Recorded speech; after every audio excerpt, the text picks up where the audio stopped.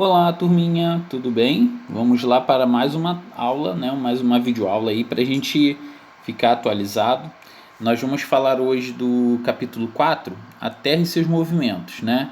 Então vamos lá que a gente tem conteúdo novo aí. Olha só, a gente fala sempre dos movimentos da Terra como sendo assim um dos fatores principais para a existência da vida no planeta. E a gente vai entender o porquê disso, né? Nós temos dois principais movimentos que são o de rotação e translação. E a gente vai entender por que esses movimentos são tão importantes para a gente. Muito bem. O primeiro de rotação, só para a gente poder entender isso melhor, ele é o movimento que a Terra faz em torno do seu próprio eixo, né? Tá aqui nessa primeira imagem, vou deixar ela mais destacada aqui para vocês.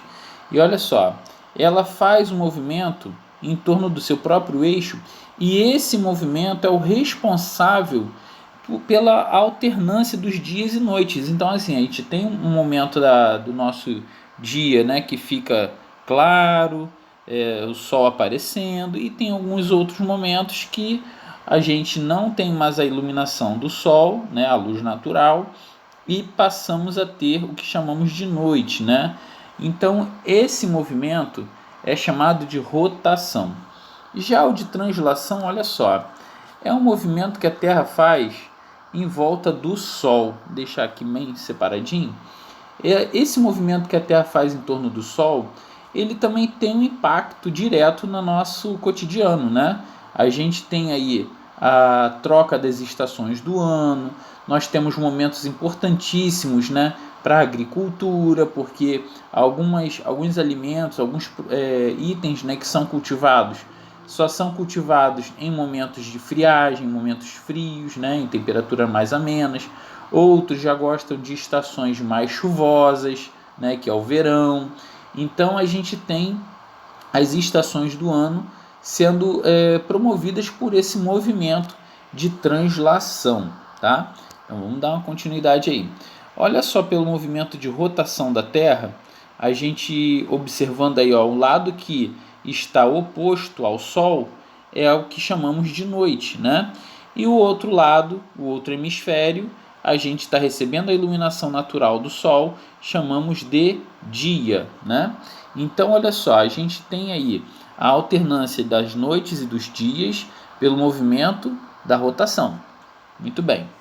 Quando a gente fala desse movimento de translação, né, conforme eu estava falando com vocês também sobre essa questão das estações do ano, a gente percebe que além dela fazer esse movimento em torno do Sol, a Terra faz uma leve inclinação sobre o seu próprio eixo, tá? E o que a gente chama de equinócios e solstícios, que é a transição entre as estações.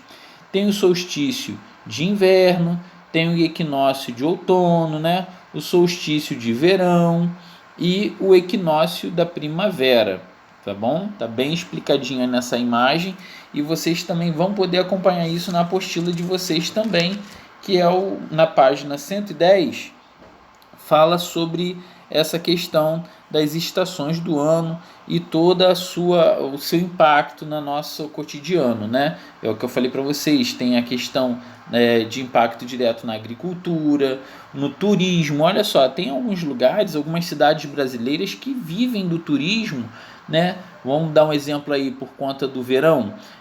Imagina Nordeste em julho, né? Junho e julho. Não tem inverno. Nordeste é aquele sol direto, né? O inverno do Nordeste é 35 graus. Agora, para quem gosta de curtir um friozinho, né? Aqui no Brasil, vocês têm a opção de ir para o sul, lá para Gramado, né? Ou até mesmo em São Paulo, está aqui Campos do Jordão, por conta da altitude também, a proximidade com o sul, né? São Paulo ainda está no sudeste, mas ele já está bem próximo do sul. Nós temos ali temperaturas bem amenas também, que dá para curtir um friozinho. Então, as estações do ano têm um impacto direto na nossa economia por conta da produção de alimentos, por conta do turismo e outras coisas mais também, né? Agora, esse movimento que a Terra faz, ela não é junto, né, em conjunto com a Lua. A Lua é uma outra parte que se movimenta, ela tem um movimento independente, que é o movimento da Lua, né, que faz em volta do planeta Terra.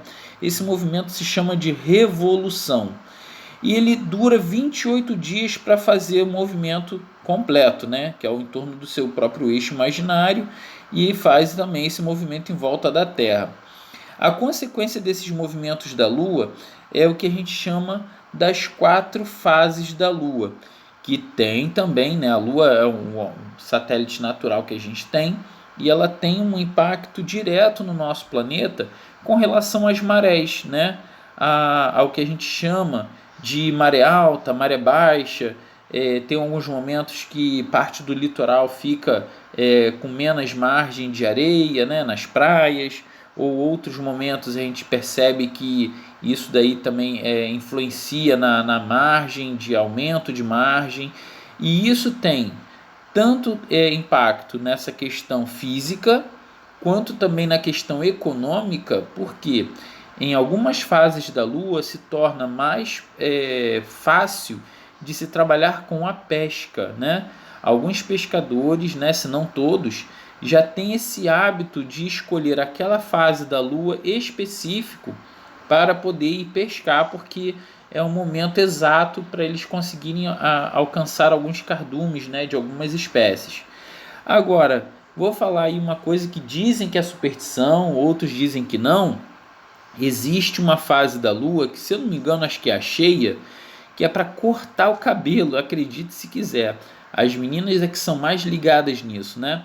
Quando corta o cabelo na fase da lua cheia, o cabelo cresce mais rápido. Isso daí alguns dizem que é lenda, outros dizem que é verdade. E eu deixo esse debate aí para vocês conversarem com os vovós aí, os vovôs, porque o pessoal da antiga, eles têm uma facilidade para dizer se isso daí funciona mesmo ou não, né? Então, olha só, estou chegando aqui agora nessa parte das estações do ano, e aí a gente pode observar, né, como a gente tem a transformação das estações em diferentes momentos nos dois hemisférios, no hemisfério norte e no hemisfério sul. Como eu falei para vocês, né, aqui tem esse eixo imaginário aqui, estou dando um destaque para vocês. Tem essa diferença do eixo, né, que a Terra ela tem uma leve inclinação sobre o seu próprio eixo. E essa inclinação nos permite ter estações diferenciadas em cada um dos hemisférios.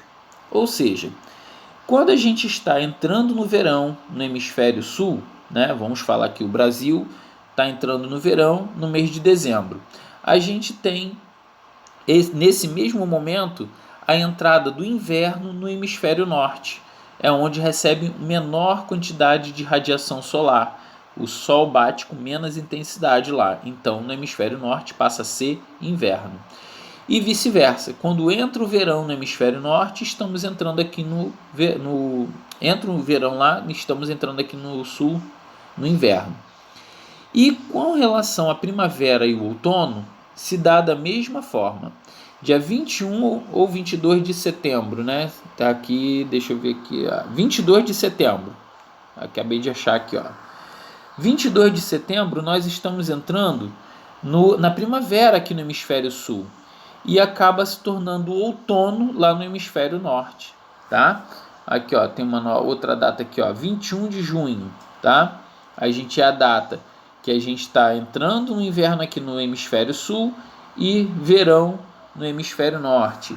Então, só para vocês poderem observar, tá? Tem esse slidezinho aqui que está mostrando bem para a gente direitinho essa questão aí das estações do ano e os equinócios e solstícios, né? Que é a transição entre uma estação e outra. Muito bem. De acordo com o que a gente vê a Terra se movendo, né, e pela sua forma esférica, nós temos aí a criação, né, de zonas térmicas, que a gente chama as zonas térmicas do planeta. Por que isso, né? O Sol ele lembra ser uma esfera também, né? A Terra, já expliquei para vocês em sala de aula que a Terra não é uma esfera perfeita, então por isso ela é chamada de geóide. E o Sol não consegue pegar 100% da superfície da Terra, né? Da mesma forma. Então, pela sua forma esférica, a gente tem aqui, ó, nessa área em vermelho, né, o que chamamos de zona tropical. Por quê? Nós temos o Trópico de Câncer ao norte e o Trópico de Capricórnio ao sul. Entre os trópicos é clima tropical, é onde pega a maior quantidade de radiação solar. Quando a gente já olha para essa área em laranja, a gente já está percebendo que são áreas de transição, né, que não é tão quente quanto a zona tropical, mas também não tão fria quanto a zona polar. Então chamamos de zona temperada, que pode ser a zona temperada norte e a zona temperada sul. E pela forma da Terra, né, lembrar ser uma esfera, as extremidades da Terra são onde recebem a menor quantidade de radiação solar. Então, por isso, nós temos a área mais resfriada do planeta, as áreas, né? A zona polar glacial ártica e a zona polar glacial antártica, tá? Então, nós temos as extremidades da Terra aí com frios, né, geadas aí que podem chegar até menos 70 graus. Imagina, 70 graus negativo.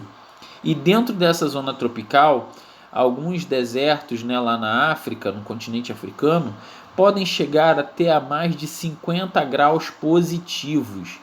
Então, para vocês entenderem, né, essa questão toda da diferença entre máximas e mínimas que o nosso planeta pode atingir, né? Então, pessoal, a gente fez uma espécie assim, de resumo, né, para poder explicar direitinho sobre essas questões aí, ó. Vou recapitular para vocês aqui os movimentos da Terra, né, rotação e translação. Então, rotação, movimento que a Terra faz em torno do seu próprio eixo, e translação, movimento que a Terra faz em torno do Sol. O movimento de rotação nos proporciona aí o dia e a noite, né, de acordo com a face que está voltada para o Sol. Temos aqui as estações do ano criada pelo movimento de translação. O movimento da Lua que ela faz em torno do planeta Terra, que é o nosso satélite natural, que impacta direto na questão da influência das marés, né, para a gente. Falamos também agora das zonas térmicas da Terra, né? Então aqui as zonas polar, temperada e tropical. Entenderam a matéria? Espero que sim. Então agora vocês já estão prontos para fazer o exercício na página 114 e 115, tá? Não está difícil, já dei uma olhada lá no exercício. Vocês vão consultar na apostila. Se não houver espaço para responder na apostila, respondam no caderno e a gente vai conferir isso tudinho para poder ver se está correto, né, o gabarito com vocês, na próxima videoaula. Um abraço e até a próxima. Tchau, tchau.